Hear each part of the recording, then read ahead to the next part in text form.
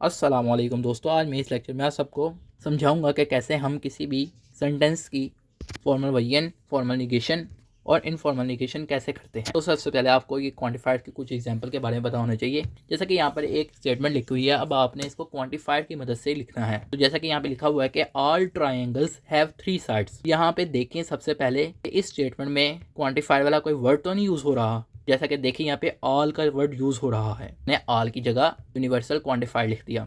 Means के यहाँ पर इसी तरह ट्रायंगल्स की जगह ट्रायंगल्स ही लिखेंगे। मीन्स के जो भी ऑब्जेक्ट होगी वो उसी तरह लिखेंगे, जो चीज़ है उसे उसी तरह लिखना है। मीन्स के यहाँ पर ट्रायंगल्स है तो ट्रायंगल्स को ऐसे ट्रायंगल्स ही लिखना है। और हैव 3 साइड्स की जगह मैं एक वेरिएबल लिख दूंगा। मीन्स के यूँ मैंने हैव 3 साइड की जगह टी लिख दिया। और मैं ये भी बताऊंगा कि टी से क्या मुराद है। अभी मैंने आपको जैसे बताया टी का मतलब 3 साइड्स है, तो यहाँ पे लिखेंगे साथ ही। तो यहाँ से इसे पता चला कि all triangles has 3 sides. Means कि इसे इस तरह कन्वर्ट करना है आपने क्वांटिफायर्स की फॉर्म में। ये टी जो है यानी कि यहाँ पे एक्सप्लेनेशन कर है कि इसका क्या मतलब है।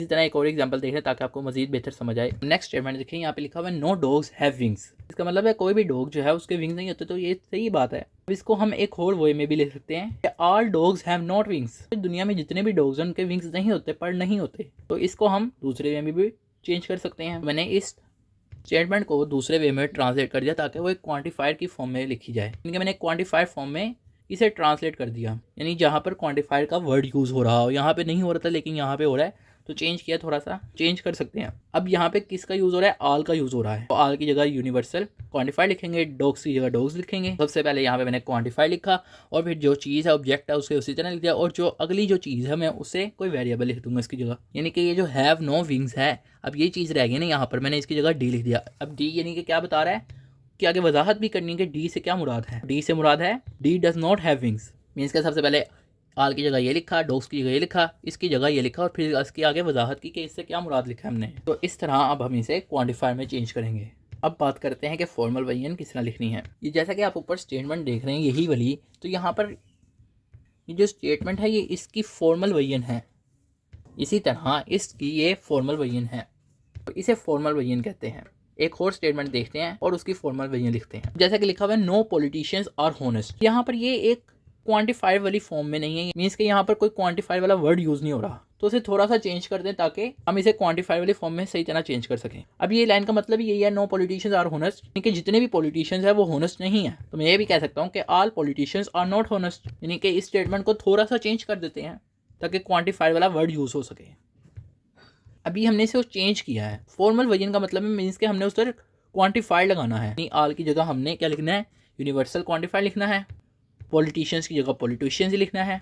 इस तरह लिख दिया। अब आर नॉट हॉनेस्ट वाली लाइन लगी है, इसकी जगह हम कोई वेरिएबल लिखेंगे। फर्स्ट करें मैं एक्स लिख लेता हूँ या वाई, आप कोई भी लिख सकते हैं, ज़रूरी नहीं है कि वही लिखें जो मैं बता रहा हूँ, अपनी मर्जी से कोई भी लिख सकते हैं। मैंने ये लिख दिया और एक्स क्या बता रहा है कि आर नॉट हॉनेस्ट, यहाँ पे नीचे लिख दिया एक्स इज़ नॉट हॉनेस्ट। तो आर या इसकी चेंजिंग करनी है हमने सेंटेंस की खूबसूरती के मुताबिक, यानी कि जो ग्रामर के रूल होते हैं उसके मुताबिक। अब यहाँ पे आल की बात हो रही थी, यहाँ पे भी आल की बात हो रही है नो डाउट, लेकिन हमने इसे सिंगल एक्स में लिख रहे हैं तो इस वजह से एक्स इज़ नॉट हॉनेस्ट। तो ये तो हो गई बात फॉर्मल वर्जन की कि फॉर्मल वर्जन किस तरह करते हैं। अब आपसे पूछा जाता है कि इसकी फॉर्मल निगेशन करो, तो वो कैसे करेंगे आप? वो भी बहुत ईजी है। सबसे पहले आपका सेंटेंस फॉर्मल वर्जन में होना चाहिए, तभी आप फॉर्मल निगेशन इजीली कर सकते हैं। जैसा कि मैंने आपको पहले लेक्चर में यानी लास्ट लेक्चर में डी मोर्गन वहाँ पर आया था, जिसमें हमने दोनों यूनिवर्सल और एक्जिस्टेंशियल क्वांटिफायर के बारे में बात की थी। अगर उनके बाहर निगेशन आ जाए तो किस तरह उनको कन्वर्ट करते हैं। इसी तरह फॉर्मल वर्जन को भी फॉर्मल निगेशन में हमने चेंज करना है। मीन्स कि ये यूँ हो रहा है फॉर्मल वर्जन से फॉर्मल निगेशन की तरफ। अब जैसा कि डी मोर्गन्स लॉ में ऑल की जगह ई हो गया था जब ये नोट इससे इसी तरह यहाँ पे भी ऑल के साथ नोट मल्टीप्लाई तो ये ई हो जाएगा, ये एग्जिस्टेंशियल बन जाएगा। इसी तरह नोट जो है कोमे के बाद जो स्टेटमेंट है इससे भी मल्टीप्लाई हो रहा है, तो ये जो स्टेटमेंट होगी वो भी निगेट हो जाएगी। यहाँ पे लिखा हुआ क्या है? X is not honest. तो जब ये इससे मल्टीप्लाई होगा तो इसका मतलब ये होगा कि एक्स इज ऑनेस्ट। तो इस तरह हम इसकी फॉर्मल निगेशन करते हैं। मीन्स के अंदर जो भी होगा क्वांटिफायर वो चेंज हो जाएगा और जो उसके बाद अलग स्टेटमेंट होगी वो भी चेंज हो जाएगी। अगर वो नॉट है तो फिर सिंपल सेंटेंस में चेंज हो जाएगी, अगर सिंपल सेंटेंस है तो नॉट में चेंज हो जाएगी। अब बात करते हैं इनफॉर्मल निगेशन की।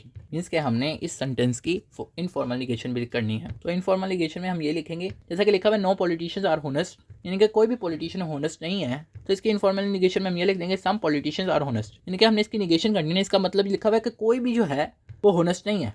अब हम जब इसकी इनफॉर्मल निगेशन करेंगे उसमें फिर हम ये कहेंगे, यानी कि उसके ऑपोजिट करना है, हम कहेंगे कि सम पॉलिटिशियंस यानी कुछ ना कुछ पॉलिटिशियन जो है वो हॉनेस्ट हैं। मीन्स के जो सेंटेंस है उसे सिंपल वे में निगेट कर देना है, क्वांटिफायर वगैरह कुछ नहीं लगाना है इनफॉर्मल निगेशन में, क्योंकि यहाँ पे क्वांटिफायर यूज़ नहीं होंगे, वर्ड यूज़ हो रहा होगा मगर क्वांटिफायर नहीं लगेंगे। अब यहाँ पर ये जो मैंने स्टेटमेंट आपको इसमें चेंज करवाई थी, ये तो मैंने आपको फॉर्मल वयन में को समझाने के लिए की थी, लेकिन इस स्टेटमेंट को एक और दूसरे वे में भी ट्रांसलेट कर सकते हैं यूजिंग क्वांटिफायर। एक तो ये वे बता दिया ना मैंने आपको, तो दूसरा वे क्या, वो बहुत ईजी है। तो सबसे पहले तो आप क्या करें, उस स्टेटमेंट को आप एक रफली वे में यानी कि थोड़ा सा चेंज कर दें, इसके रिवर्स कर दें, यानी जिस तरह यहाँ पे लिखा ऑल ट्रायंगल हैव 3 साइड, आप इसमें लिख दें ऑल 3 साइड्स आर ट्रायंगल, यानी कि वो 3 साइड जो आपस में मीट करती हैं वो ट्रायंगल होती है वैसे, लेकिन हमने बस स्टेटमेंट को सिंपल रिवर्स करना है। तो मैं समझाने के लिए आपको बता रहा हूँ, तो समझने की घर से आप इसे इस तरह कर लें। अब आल की जगह वो उसी तरह ए ही लिखें, यूनिवर्सल क्वांटिफायर लिखें। इसी तरह 3 साइड की जगह आपने कोई वेरिएबल लिख लेना है, जिस तरह टी मैंने 3 साइड्स की जगह जैसे कि यहाँ पे भी लिखा था, यहाँ पे भी मैं टी लिख देता हूँ 3 साइड की जगह, और आर की जगह मैं बिलोंगिंग वाला साइन लगा दूंगा, और ट्रायंगल की जगह कोई और नया वेरिएबल लिखूंगा। टी लिख दिया मैं, फर्ज करें यहाँ पर मैंने, और फिर मैं आगे बताऊंगा कि भी मैंने टी से क्या मुराद है और इस टी से क्या मुराद है। मैंने यहाँ पे लिख दिया कि मैंने टी से मुराद क्या लिखा था, टी हैज़ 3 साइड, और इस टी का मतलब यही है कि सेट ऑफ ऑल ट्रायंगल्स, इसके यहाँ पे हमने ट्रायंगल्स की बात की थी ना। अब जैसे मैंने इस सेंटेंस को इस वे में ट्रांसलेट किया है, आपने इसी तरह इसको भी इस वे में ट्रांसलेट करना है जिस तरह मैंने इस वे में ट्रांसलेट किया है, और आपने इसका कमेंट में जवाब देना है। तो हिंट यही है कि आपने सबसे पहले इसको इसमें चेंज कर लिया है, और उसके बाद आपने आगे फिर इस स्टेटमेंट को थोड़ा सा मज़ीद रिवर्स करना है। इसके स्टेटमेंट को रिवर्स करो और फिर उसके मुताबिक आपने ये वाली चीज़ लिख के दिखानी है और आगे एक्सप्लेनेशन भी करनी है जिससे मैंने यहाँ पे किया, और ये आपने कमेंट में जवाब देना है। तो आप कमेंट में जवाब देंगे तो मुझे समझ आ जाएगी कि आपको समझ आई है या नहीं, तो जवाब दिया करें।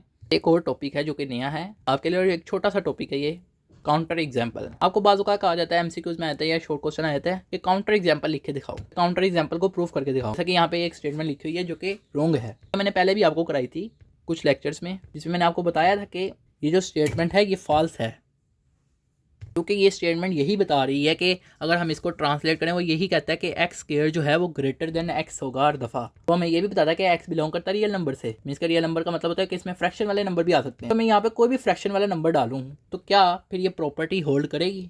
जैसे कि मिसाल के तौर पर मैंने यहाँ पे लिखा 1/4 लिख दिया एक्स की जगह, यानी कोई फ्रैक्शन वैल्यू लिखी, और फिर इसका मतलब यही है कि यहाँ पे भी 1/4 हो, यहाँ पे भी 1/4 हो, तो जब इसको सोल्व किया तो ये आया 1/16 और ये 1/4। तो ये देखें कि क्या 1/16 जो है बड़ा है 1/4 से, ये तो चीज़ फॉल्स है। और यूनिवर्सल क्वांटिफायर में भी क्या होता है कि अगर हमें किसी वजह से फॉल्स मिल जाए तो वो फिर कहती है ये जो हमारी स्टेटमेंट है ये भी फॉल्स है, यानी हमारा जो प्रेडिकेट है यहाँ पर फॉल्स है। तो अब हमने यहाँ पर इस चीज़ को प्रूव कर दिया कि ये जो हमारी ये स्टेटमेंट है ये क्या है, फॉल्स है। तो ये इसकी काउंटर एग्जाम्पल है। काउंटर एग्जाम्पल का मतलब है कि हमने जो प्रेडिकेट दिया गया है हमने उसी तरह किसी तरह फॉल्स करना है, उसकी कोई एग्जाम्पल देनी है उसके उसमें, मीन्स का ये कैसे फॉल्स आया, यहाँ पे मैंने आपको एग्जाम्पल दे दिया है। तो ये जो है काउंटर एग्जाम्पल है इस प्रेडिकेट की और क्वांटिफायर की। आई होप आपको ये लेक्चर समझ आया होगा। तो आपको किसी भी प्रेडिकेट और क्वांटिफायर इकट्ठा दे दिया जाए मीन्स के इस तरह, और आपको कहा जाए कि इसकी कोई काउंटर एग्जाम्पल लिखें, तो आपने ढूंढना है कि कौन सी हो सकती है, कौन सी मैं एग्जाम्पल दूं जिसकी वजह से फॉल्स हो जाए। तो आपने वो स्टेटमेंट देनी है और फिर आप प्रूफ करके बता देंगे और आप कहेंगे कि ये जो है इसकी काउंटर एग्जाम्पल है। आप सब दोस्तों का लेक्चर सुनने का शुक्रिया।